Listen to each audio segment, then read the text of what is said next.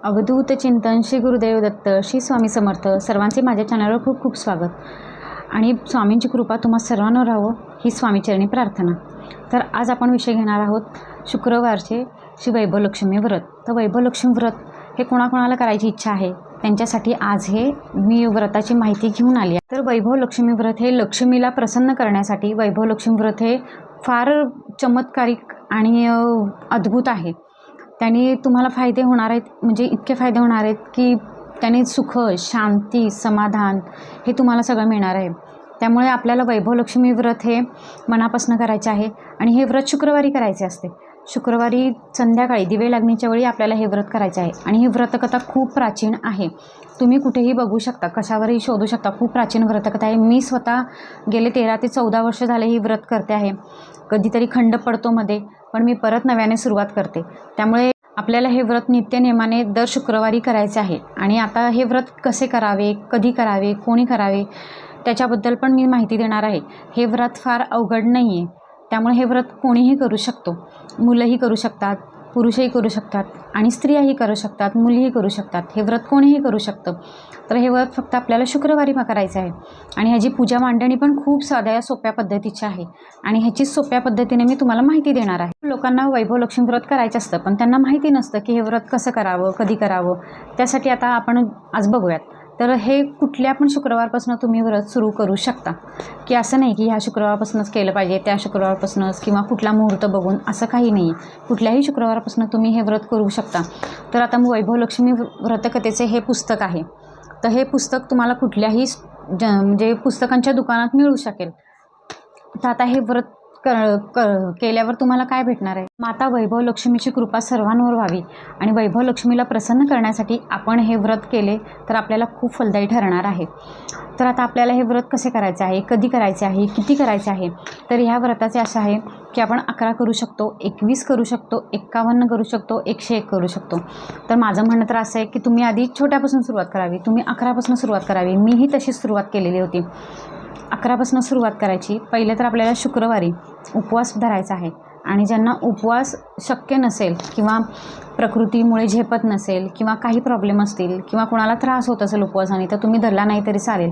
आणि उपवासाला तुम्ही फळे, दूध असं खायचं आहे, जेणेकरून तुम्हाला त्रास होणार नाही आहे उपवासाचा।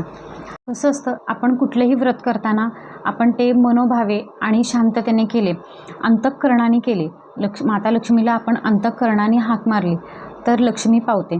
त्यामुळे अंतःकरणाने आपल्याला हे व्रत करायचं आहे आणि हे व्रत करताना आपल्याला इतरांच्या पण कल्याणाची भावना ठेवायची, म्हणजे आपण स्वार्थी बनायचं नाही आहे। आपण दुसऱ्याबद्दल वाईट विचार करून एखादं व्रत केलं तर आपल्याला त्याचे काहीच फळ मिळणार नाही आहे। त्यामुळे आपल्यामुळे कोणाला त्रास होऊ नये किंवा कोणी आपल्याला त्रास देत असेल तर त्याच्याबद्दलही आपण वाईट बोलायचं नाही आहे।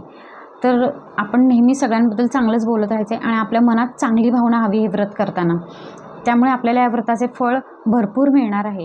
व्रताचे आपण नियम पाळणार आहोत। हे व्रत आता कोणी करायचं आहे, तर हे व्रत कोणीही करू शकतात। मुली, पुरुष, स्त्रिया, सुवासिनी स्त्रिया, कुमारिका मुली करू शकतात। तुम्ही 11 किंवा 21 शुक्रवार किंवा 51 किंवा त्यापेक्षाही अधिक तुम्ही हे शुक्रवार हे व्रत करू शकता। शुक्रवार सुरू करताना तुम्हाला संकल्प करायचा आहे की तुम्ही किती शुक्रवार व्रत करणार आहात आणि संकल्प करून आपण वैभवलक्ष्मी व्रताला सुरुवात करायची आहे। आता हे पूजा व्रत आपल्याला कोणापासून करायचं आहे, हे आपण स्वतः करायचं आहे। आपण या व्रताचे स्वतः पठण करायचं आहे। ही वैभवलक्ष्मीची जी माहिती आहे ती आपण स्वतः वाचायची आहे आणि हे व्रत करायला आपल्याला ब्राह्मण किंवा गुरुजींची आवश्यकता नाही आहे, ते आपण स्वतःच करायचं आहे। आणि हे व्रत करताना समजा तुम्हाला अचानक कुठे गावी जावे लागले किंवा काही प्रॉब्लेम आले किंवा विटाळ आला किंवा मासिक धर्म आला, तर तुम्ही तो शुक्रवार सोडून द्यायचा आहे आणि पुढच्या शुक्रवारी हे व्रत करायचं आहे नित्यनेमाने। पण ह्या वैभवलक्ष्मी व्रतात तुम्ही खंड पडून द्यायचा नाही। शुक्रवारी आपल्याला हे व्रत करता येणार नाही, त्या शुक्रवारी मातेची आपल्या मनात आपण नामस्मरणाने आठवण करायची आहे सारखी, म्हणजे माता लक्ष्मीचे आपण सारखे नाम तोंडात घ्यायचे आहे आणि तेच करताना आपण मनोभावे करायचं आहे। म्हणजे इतकं मनोभावे करायचं आहे की जेव्हा आपण कुठलीही गोष्ट अगदी मनापासून करतो ना, तेव्हा माता लक्ष्मीही आपल्याला प्रसन्न होते। हे तुम्ही खूप अनुभव घ्याल। आपल्याला कधी हे व्रत करायचं नाही आहे, आपल्यात सुतक असेल किंवा आपल्याला मासिक धर्म असेल किंवा आपल्याला काही वेगळे प्रॉब्लेम असतील किंवा आपल्याला अचानक कुठे गावाला जावे लागले तर आपण दुसऱ्याच्या घरी हे व्रत करायचं नाही आहे. हे आपण आपल्या घरीच व्रत करायचं आहे. सुतक असल्यास तर तुम्ही तो शुक्रवार सोडायचा आहे किंवा मासिक धर्म असेल, विटाळ असेल तर तुम्ही तो शुक्रवार सोडायचा आहे. पुढच्या शुक्रवारपासून आपण अगदी नित्यनेमाने ते व्रत आपल्याला करायचे. व्रताच्या दिवशी उपवास करायचा शक्य असल्यास तर करा किंवा नसेल तुम्हाला शक्य तर नाही केला तरी चालेल. पण उपवास जरी केला तरी तुम्ही दूध, फळे, केळी, उपवासाचे पदार्थ तुम्ही खाऊ शकता. आणि आपल्याला हे सगळं शास्त्रशुद्ध पद्धतीने आणि अगदी मनापासून करायचं आहे. आणि ठराविक संख्येचं उद्यापन आपल्याला जेव्हा आपण 11 शुक्रवारचा असं संकल्प करूयात आणि तो पूर्ण होईल त्याच्यानंतर आपल्याला उद्यापन पण करायचं आहे. तो उद्यापन कसं करायचं आहे त्याची माहिती देते. उद्यापनाच्या वेळी आपल्याला 5 किंवा 7 कुमारिका बोलवायच्या आहेत. त्यांचं पूजन करायचं आहे. त्यांचे पाय धुवायचे आहेत आपल्याला. त्यांना हळद, कुंकू, अक्षता लावायच्या आहेत. त्यांचे पाय स्वच्छ पुसून घ्यायचे आहेत आणि त्यांना आपण माता लक्ष्मी समजून आपण त्यांची पूजा करायची. आणि त्यांना व्रतकथेचं हे वैभव लक्ष्मी व्रतकथेचं एक पुस्तक आणि एक केळ किंवा कुठलंही फळ दिलं तरी चालेल किंवा शेवयांची खीर केली तरी चालेल. कुठल्याही पद्धतीची खीर तुम्ही केली तरी चालेल. आणि अगदी जर तुम्हाला ते जमत नसेल, तुमच्या इथे मुली भेटत नसतील किंवा कुमारिका मुली भेटत नसतील तर तुम्ही 1 सुवासिनी किंवा 5 सुवासिनी असं जेवायला घालू शकता. पण त्यांचं माता लक्ष्मी समजून तुम्हाला आधी पूजन करायचं आहे आणि मग नंतरच आपल्याला उद्यापन करायचं आहे. तर आता आपल्याला पूजेची मांडणी बघायची. पूजेच्या मांडणीसाठी आपल्याला आपण घरच्या घरी साध्या पद्धतीने पण करू शकतो. तर आपल्याला एक पाट घ्यायचा आहे. पाटावरती आपल्याला लाल किंवा पिवळे किंवा कुठल्याही रंगाचे आपल्याला वस्त्र पाटावरती अंथरायचं आहे. आणि त्याच्यानंतर आपल्याला पाटावरती तांदूळ ठेवायचे आहेत. कलशाच्या खाली जे आपण तांदळाची रास मांडतो ते आपल्याला तांदळाची रास मांडायची आहे. त्या राशीवर हळद, कुंकू, अक्षता व्हायच्यात. आपल्याला पाटाच्या खाली पण आपल्याला स्वस्तिक काढायचं आहे आणि त्याच्यावर आपल्याला पाट ठेवायचा आहे. स्वस्तिक काढले की पाट ठेवायचा. पाटावरती आपल्याला लाल किंवा कुठल्याही रंगाचे वस्त्र अंथरायचं आहे. त्याच्यावरती आपल्याला तांदळाची रास मांडायची आहे. त्याच्यावरती आपल्याला तांब्याचा पाण्याने भरलेला कलश ठेवायचा आहे. त्या कलशात 1 रुपयाचे नाणे, आणखीन तुम्ही हळद, कुंकू, अक्षदा, दुर्वा, तुळशीची पाने हे सगळं आपल्याला त्या कळशाच्या आतमध्ये पाण्यामध्ये घालायचं आहे. आपल्याला त्याच्यावर एक आपल्याला वाटी ठेवायची आहे. वाटीत 1 रुपयाचे नाणे किंवा तुमच्याकडे सोन्याचा किंवा चांदीचा दागिना असेल तर तुम्ही तेही ठेवू शकता. उदाहरणार्थ म्हणजे कसं तुम्ही अंगठी ठेवू शकता, जे छोटे छोटे काही असेल किंवा काहीही ठेवू शकता. अगदीच जर तुमच्याकडे सोन्या चांदीचे काही दागिने नसतील तर तुम्ही 1 रुपयाचे नाणे ठेवले तरी चालेल. आणि पुढे आपल्याला गणपती बाप्पाला पाटावरती ठेवायचं आहे. गणपती बाप्पाचे पूजन करायचे. आपल्याला विडा ठेवायचा आहे. आपल्याला विडा खाऊची 2 पानं घ्यायची आहेत आपल्याला.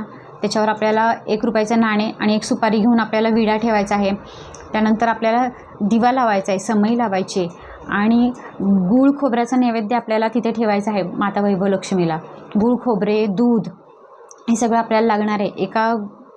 परत आपल्याला पाटावरती महालक्ष्मी यंत्राची पूजा करायची आहे आणि ते महालक्ष्मी यंत्र आपल्याला अशा पद्धतीने ठेवायचं आहे की ते कलशाला चिकटून आपल्याला ठेवायचं आहे. महालक्ष्मी यंत्र आपण कलशाला चिकटून ठेवायचं आहे.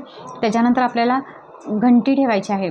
म्हणजे आणखीन आपल्याला पूजेचं जे साहित्य लागते ते आपण घेऊनच बसायचं आहे. म्हणजे फुले, अक्षदा, परत निरांजन, तुपाचा दिवा हे सगळं आपल्याला व्यवस्थित मांडून आपल्याला मांडणी व्यवस्थित करायची आहे. त्यानंतर आपल्या कलशाला आपल्याला अष्टदिशांनी हळदी कुंकवाची उठवायचे आहेत बोटं.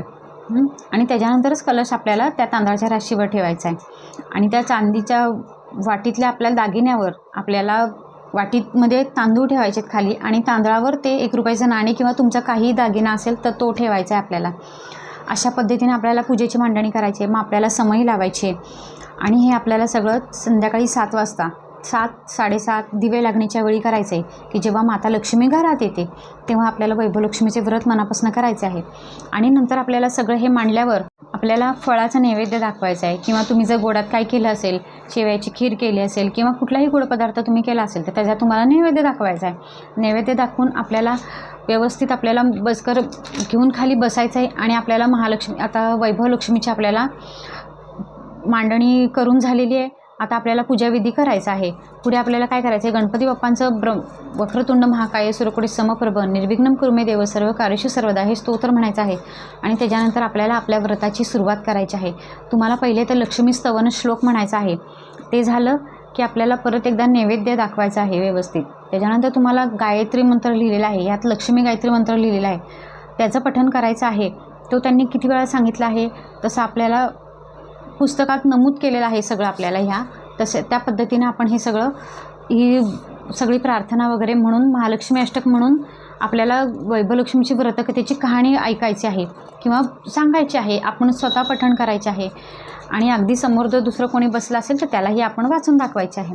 अशा पद्धतीनं आणि ते झाले की आपल्याला वैभवलक्ष्मीची आरती करायची आहे, महालक्ष्मीची आरती करायची आहे. आरती झाल्यानंतर आपल्याला या व्रताची सांगता करायची आहे, आपल्याला मनपूर्वक देवीला वंदन करायचे आहे, नमस्कार करायचा आहे आणि देवीला आपण सांगायचं आहे की बाबा यासाठी मी हे व्रत केलेले आहे, मी एवढे व्रत करणार आहे. समजा तुम्ही 11 शुक्रवारचे करणार असाल व्रत तर तसा संकल्प करायचा आहे आणि माता वैभवलक्ष्मीला म्हणायचं आहे की माझ्याकडून हे व्रत निर्विघ्नपणे पार करून घ्या की 11 शुक्रवारचे मी वैभवलक्ष्मी मातेचे व्रत करत आहे, तुम्ही हे निर्विघ्नपणे माझ्याकडनं करून घ्या, हे आपल्याला माता वैभवलक्ष्मीला सांगायचं आहे. आणि तुम्ही हे व्रत जेव्हा कराल तेव्हाच तुम्हाला या व्रताचे खूप छान अनुभव येतील. मी स्वतः करते, मी स्वतः खूप वर्ष झालं करते, तुम्ही हे करा आणि माता वैभवलक्ष्मीचा अनुभव घ्या, चमत्कार तुम्हाला अनुभवतील. आणि वैभवलक्ष्मी माता खरंच खूप दयाळू आहे आणि आपल्याला वैभवलक्ष्मी मातेला प्रसन्न करण्यासाठी काही सेवा करावी लागते, ते आपण करायचे. तुमच्या घरात वैभवलक्ष्मीची कृपा हो, तुमच्या घरात सुख शांती समृद्धी धनधान्य लाभो, सुख शांती वैभव आणि लक्ष्मी प्राप्तीसाठी तुम्ही हे व्रत नक्की करा आणि या व्रताचा अनुभव घ्या. आणि ही खूप प्राचीन कथा आहे, त्याचाही तुम्हाला अनुभव येईल आणि मनापासून तुम्ही हे व्रत करा म्हणजे वैभवलक्ष्मीची कृपा तुम्हा सर्वांवर राहील. तुमच्या घरात धनधान्य सुख संपत्ती याची कधीच कमी पडणार नाही आहे.